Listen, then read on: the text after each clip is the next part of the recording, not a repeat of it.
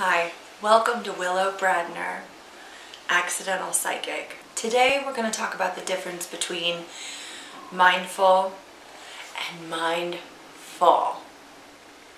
Do you ever feel like your Pentium processor's cooked? Your brain is so full you can't sit still. It's hard to sleep at night because you're just like a little bit itchy and weird. That's when your mind's really full. And you can't get mindful. You can't find that Om.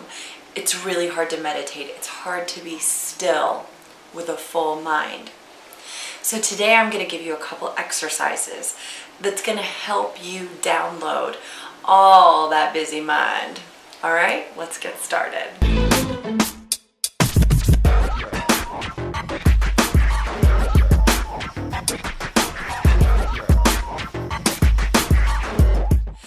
Part one.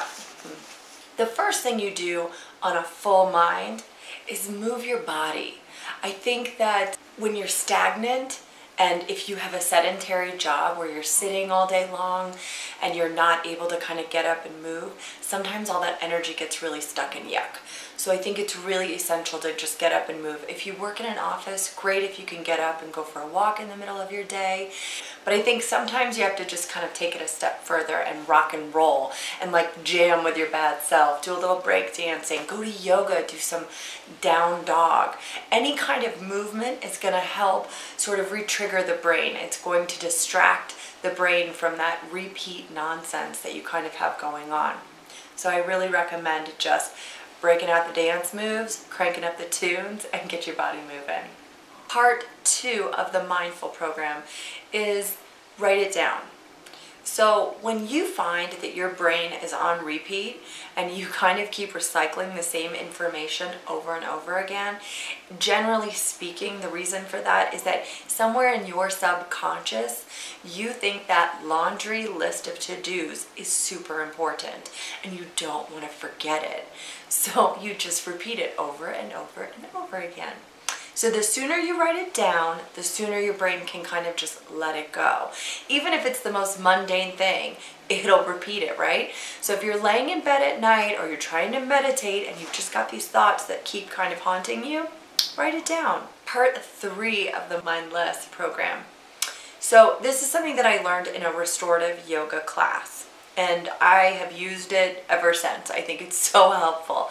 And that's doing inversions, aka get your head upside down. And how it was explained to me is that like an hourglass that's empty on top and full on the bottom, that's the same with your blood. Blood doesn't flow as easily to the brain, right? You're standing upright most of the time or you're laying down. So when you turn your head upside down, you're getting really fresh, positive blood flow to the brain, and it really does help clear that stuck and yuck cobwebby energy that's going on upstairs that sort of gets your head on repeat. So even if you just bend over at the waist and set your head down on your couch and maybe put a pillow under it and just kind of live there. Sometimes I even bring my journal so I can write down what's in my brain while I'm hanging upside down.